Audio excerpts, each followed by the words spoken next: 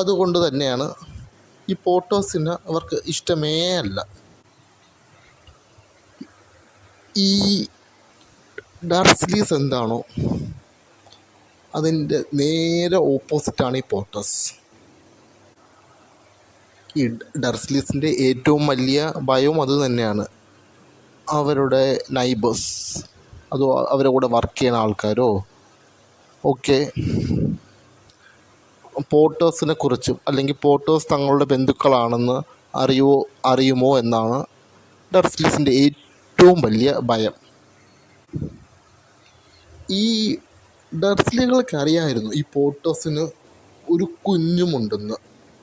തങ്ങളുടെ മകൻ്റെ അതേ പ്രായക്കാരനാണ്. പക്ഷേ അവരെ അച്ഛനെ അമ്മയും പോലെ തന്നെ ഒന്നിനും കൊള്ളാത്തവനായിരിക്കും ആ കുട്ടിയും എന്നാണ് ഡർസ്ലീസിൻ്റെയും ഭാവം.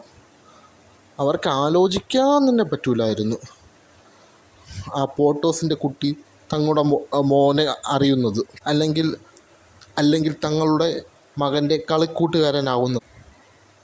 അവർക്ക് അവരുടെ സ്വീറ്റ് ഏഞ്ചൽ ഡഡ്ലി അങ്ങനെ ഒരു കുട്ടിയുടെ അടുത്ത് പോകാനേ അവർക്കിഷ്ടമല്ല.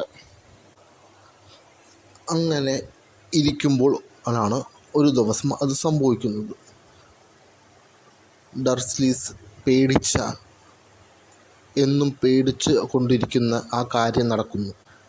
ഒരു ദിവസം എന്നത്തെ പോലെയും വേർണൻ രാവിലെ എണീച്ചു ഓഫീസിൽ പോകാൻ റെഡിയായി കൊണ്ടിരിക്കുന്നു.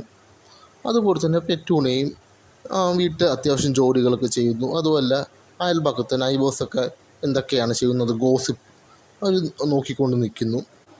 ഡഡ്ലിയും ഉണ്ട്, അവിടെ ഇരുന്ന് കളിച്ചുകൊണ്ടിരിക്കുകയാണ് ചെറിയ കുട്ടി.